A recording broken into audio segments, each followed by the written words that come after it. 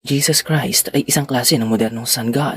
Ang mga ebidensyang magpapatunay na si Jesus ay ang Diyos ng araw ay makikita natin sa mga mythological stories na nagkukwento ng kanyang buhay. Kapag sinilip niyo ang kwento ni Jesus, mamamangha kayo dahil ang bawat pangyayari at mga karakter sa kanyang kwento ay tumutugma sa paggalaw ng mga celestial bodies tuwing December. Halimbawa, ang sinisimbolo ng inang birhen ay ang constellation Virgo.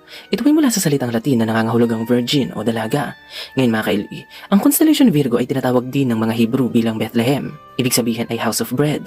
Natatanong kasi ng mga sinaunang Hebrew ang araw na malapit sa constellation ng Virgo tuwing August hanggang September. At ang pagtatagpong ito ng araw at ng constellation Virgo sa langit ay ang hudyat ng pag-aani ng trigo. Ito ay isang klase ng grain na kanilang ginagamit sa paggawa ng tinapay. Ibig sabihin nito mga ka-LE, ang Bethlehem sa kwento ng kapanganakan ni Jesus ay hindi isang literal na lugar dito sa lupa dahil ito ay isang lugar na matatanaw lamang sa langit. Ang Star in the East na nagturo sa tatlong hari ng lokasyon ni Jesus ay sumisimbolo sa Star Sirius, ang pinakamaliwanag na bituin sa gabi, habang ang tatlong hari naman ay sumisimbolo sa tatlong pinakamaliwanag na bituin sa Orion's Belt.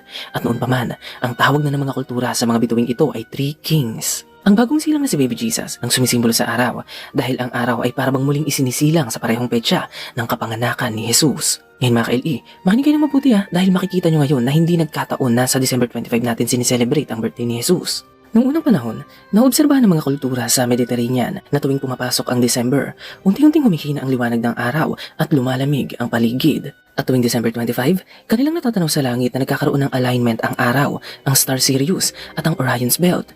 Dito, nakapila ang mga bituin at parabang itinuturo ng Star Sirius ang lokasyon kung saan sisikat ang araw habang ang tatlong bituin ng Orion's Belt ay sumusunod dito. Kagayang-kagaya ng pagsunod ng tatlong hari sa Star in the East upang mahanap nila si Baby Jesus. Ang alignment ng mga bituing ito ay ang senyales na malapit nang matapos ang taglamig at ang araw ay sisikat ng muli. Ngayon mga ka-LE, habang umaangat ang posisyon ng araw sa langit, na-imagine ng mga sinaunang tao ng araw ay tila ba iniluluwal ng karagatan, katulad ng pagsilang ni Maria kay Baby Jesus. Sa bahaging ito, inihahambing si Maria sa karagatan. Ngayon mga ka-LE, alam nyo ba na sa totoong buhay, ang kahulugan ng pangalan ni Maria ay Ocean. Ang pangalang ito kasi ay hango sa salitang Latin na Mar o Marie at ang literal na kahulugan nito ay ocean o karagatan.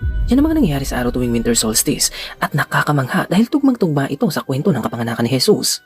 Ngayon mga ka-LE, ang astrological event na ito rin ang pinagmula ng kwento ng kamatayan ni Jesus. Tuwing winter solstice, na-imagine ng mga kultura na ang araw ay unti-unting namamatay at natatalo ng kadiliman. Bukod kasi sa lumalamig ang paligid at nalalagas ang dahon sa mga halaman at puno, umiiksi rin ang araw at humahaba ang gabi. Ngayon mga ka-LE, pagkagat ng December 22, tuluyan ang nararating ng araw ang pinakamababang posisyon nito sa langit. Sa puntong ito, ang araw ay natatanaw na malapit sa constellation ng Southern Cross. Dito, tumitigil sa paggalawang araw at 3 days itong nananatili sa mababang posisyon. Habang ang araw ay malapit sa constellation ng Cruz, itinuturing ng mga tao